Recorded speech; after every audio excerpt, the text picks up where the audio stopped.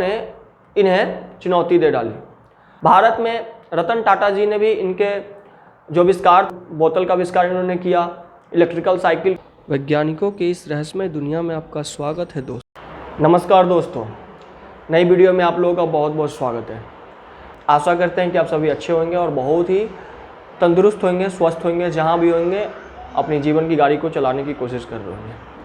तो इस वीडियो में हम आपको भारत के उस गुमनाम वैज्ञानिक के बारे में बताने जा रहे हैं जिन्होंने कम से कम 200 आविष्कार किया है और उसके 40 पेटेंट भी है, लेकिन उनको बहुत कम लोग ही भारत में जानते हैं। तो आज उनके बारे में बात करेंगे दोस्तों। तो हम बताने जा रहे हैं शंकर आबाजी भिसे के बारे में, जिनका जन्म उस समय के बॉम्बे और अभी के मुंबई में 29 अप्रैल 1867 को हुआ था। शंकर आबाजी भिसे चंद्रसेनिया कायस्थ प्रभु परिवार से बिलोंग करते थे और उनके पिताजी सूरत के सदर अमीन थे। सदर अमीन का मतलब अभी जो होता है वो हाईएस्ट जुडिशल, आप कह सकते हैं कि अथॉरिटी जिसको कहते हैं, कि बहुत ही बड़े पद पे, मतलब कमिश्नर, चीफ कमिश्नर भी बोल सकते हैं इस तरीके के, उस समय सदर अमीन हुआ करते थे।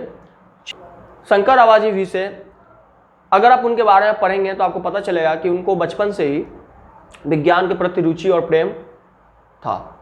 6 वर्ष की उम्र में उन्होंने सबसे पहले घड़ी कैसे काम करता है इसके बारे में जानने की इच्छा जताई, यानी कि रुचि पैदा की। वो ये हुआ कि वो एक स्टैचू की तरफ देखते थे और स्टैचू पे एक बड़ा सा घड़ी लगा हुआ था। उसका पेंडुलम के हिलने से स्टैचू का जो आँख है वो भी मूव करता था। तो उनके मन में ये जानने की इच्छा हुई कि आखिर में ये काम कैसे करता है घड़ी। दोस्तों, आप लोग को ये बताते हुए मुझे बड़ा आश्चर्य हो रहा है कि कोई बच्चा, जैसे हम लोग 14 वर्ष की उम्र में खेलते थे, इधर उधर जाना आना, क्रिकेट खेलते थे, 14 वर्ष की उम्र में कोई बच्चा अपने घर पर कोयला गैस बनाने वाला उपकरण बना लेता है। जब शंकर आबाजी भिसे जब बड़े हुए तो उन्हें लगा कि या भारत में रहकर, क्योंकि उस समय ब्रिटिश शासनकाल हुआ करता था, तो वो उतना कुछ नहीं कर पाएंगे, इसीलिए उन्होंने इंग्लैंड और अमेरिका जाने का, दोनों में से कहीं भी जाने का फैसला किया। जब शंकर आबाजी भिसे पढ़ाई करके इंग्लैंड से वापस भारत आए तो बाद में बॉम्बे में, यानी कि अभी के मुंबई में, साइंटिफिक क्लब खोला और 20 वर्ष की उम्र तक आते आते वे बहुत सारे मशीन के आविष्कारक बन गए थे, यानी कि बहुत सारे मशीन वो खोज चुके थे, बना चुके थे। इसके बाद शंकर आबाजी भिसे का एक पत्रिका भी आई जिनका नाम था विविध कला प्रकाश। विविध कला प्रकाश पत्रिका के द्वारा वे लोगों को सरल भाषा में विज्ञान के बारे में बताते थे। जब वे इस पत्रिका का प्रकाशन कर रहे थे, उसी दौरान लंदन में आयोजित होने वाली एक प्रतियोगिता के बारे में उन्हें पता चला। इस प्रतियोगिता में एक ऐसी मशीन का निर्माण करना था जो चावल या आटा के ढेर से 500 ग्राम या 1 केजी को उठाकर खुद से पैक कर दे। वो इस प्रतियोगिता में भाग लेने के लिए लंदन चले गए। वहाँ पर जाकर के उन्होंने प्रतियोगिता को जीता भी। इनके द्वारा किए गए मशीन के डिज़ाइन को बहुत पसंद किया जाने लगा और इस वजह से इनको हर जगह पहचान मिल गया। पहचान मिलने के बाद ये उनके जीवन का सबसे स्वर्णिम दौर माना जाता था कि ये उस समय ये बहुत सारे आविष्कार को पेटेंट भी करवाए। मेरे प्यारे दोस्तों, इतनी लंबी जर्नी में एक ऐसा भी मोड़ आया कि जब 1890 और 95 के बीच में उन्होंने प्रकाशीय भ्रम, यानी कि जो इसको हम लोग ऑप्टिकल इल्यूजन कहते हैं इंग्लिश में, उस पर काम किया और इस दौरान इंग्लैंड के मैनचेस्टर में उन्होंने एक शो का आयोजन भी किया। इसमें वो प्रकाशीय भ्रम यानी कि ऑप्टिकल इल्यूजन को प्रदर्शन करने का काम किया करते थे। इसमें वो एक ठोस पदार्थ को दूसरे ठोस पदार्थ में परिवर्तित कर लोगों को दिखाते थे। इस वजह से ये शो बहुत ज़्यादा फेमस हुआ और यूरोप के लोगों के जो आविष्कार थे उससे इनके आविष्कार को बहुत ज़्यादा श्रेष्ठ माना जाने लगा और इनके कामों को, इनके आविष्कारों को अल्फ्रेड वेब नाम के वैज्ञानिक ने सराहना की, तारीफ की और इनको गोल्ड मेडल से सम्मानित भी किया। अब हम शंकर आबाजी भिसे के आविष्कार के बारे में जान लेते हैं। तो मैं आपको बता दूं कि इन्होंने कुल 200 के आसपास में आविष्कार किए हैं, जिनमें से 40 आविष्कारों का पेटेंट इनके नाम पर है। इनमें से मैं पूरे को तो नहीं बता सकता, लेकिन कुछ आविष्कार के बारे में बता सकता हूँ, जिनमें से है एक टेम्पर प्रूफ बोतल का आविष्कार इन्होंने किया, इलेक्ट्रिकल साइकिल कॉन्ट्रासेप्शन का आविष्कार इन्होंने किया, बॉम्बे अभी के मुंबई के उपनगरीय रेलवे प्रणाली के लिए एक स्टेशन संकेतक का आविष्कार किया, संकेतक का।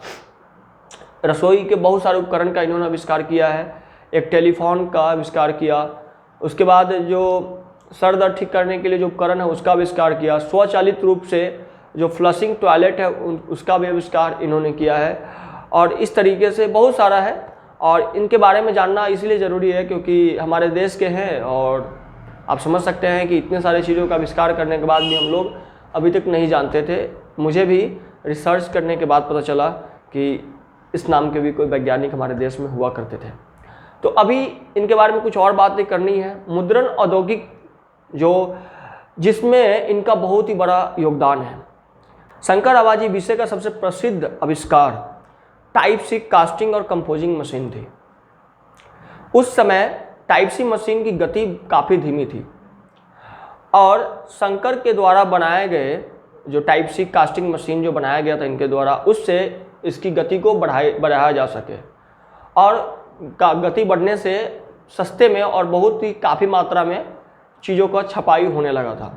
इससे लंदन के कुछ वैज्ञानिकों और इंजीनियरों ने इन्हें चुनौती दे डाली, और इनको चुनौती देने के बाद ये चुनौती को स्वीकार कर लिए, और 1908 में उन्होंने एक ऐसी मशीन की निर्माण किया कि जो मतलब अलग अलग अक्षरों को छाप सकता था, अलग अलग अक्षरों को, यानी कि 1 मिनट में टोटल 1200 अलग अलग अक्षरों को उस मशीन की सहायता से छापा जा सकता था। छपाई के साथ साथ उसका असेंबलिंग भी हो जाता था। और इस खोज के बाद, इस आविष्कार के बाद शंकर आवाजी विषय को भारत का एडिशन कहा जाने लगा। उस समय जो पत्रिकाएं या कुछ भी छपाई होता था बहुत ही महंगा होता था, बहुत ही स्लो होता था, लेकिन इनके मशीन के द्वारा गति भी काफ़ी तेज़ हो गई, और उसके बाद जो है ये काफ़ी सस्ता हो गया। तो ये आप कह सकते हैं कि कितना बड़ा योगदान इनका रहा मुद्रण औद्योगिक में। कहा जाता है कि ये सब करने में आवाजी भिसे को हमारे देश के उस समय के राष्ट्रवादियों का सहयोग और प्रशंसा भी मिला था। उनमें दादा भाई नौरोजी ने इन्हें बहुत ही सपोर्ट किया। उस समय इन्हें वहाँ के लंदन के निवेशकों से मिलवाया। लेकिन कहते हैं ना दोस्तों कि जो आप सोचते हैं मैन प्रपोजेस गॉड डिस्पोजेस।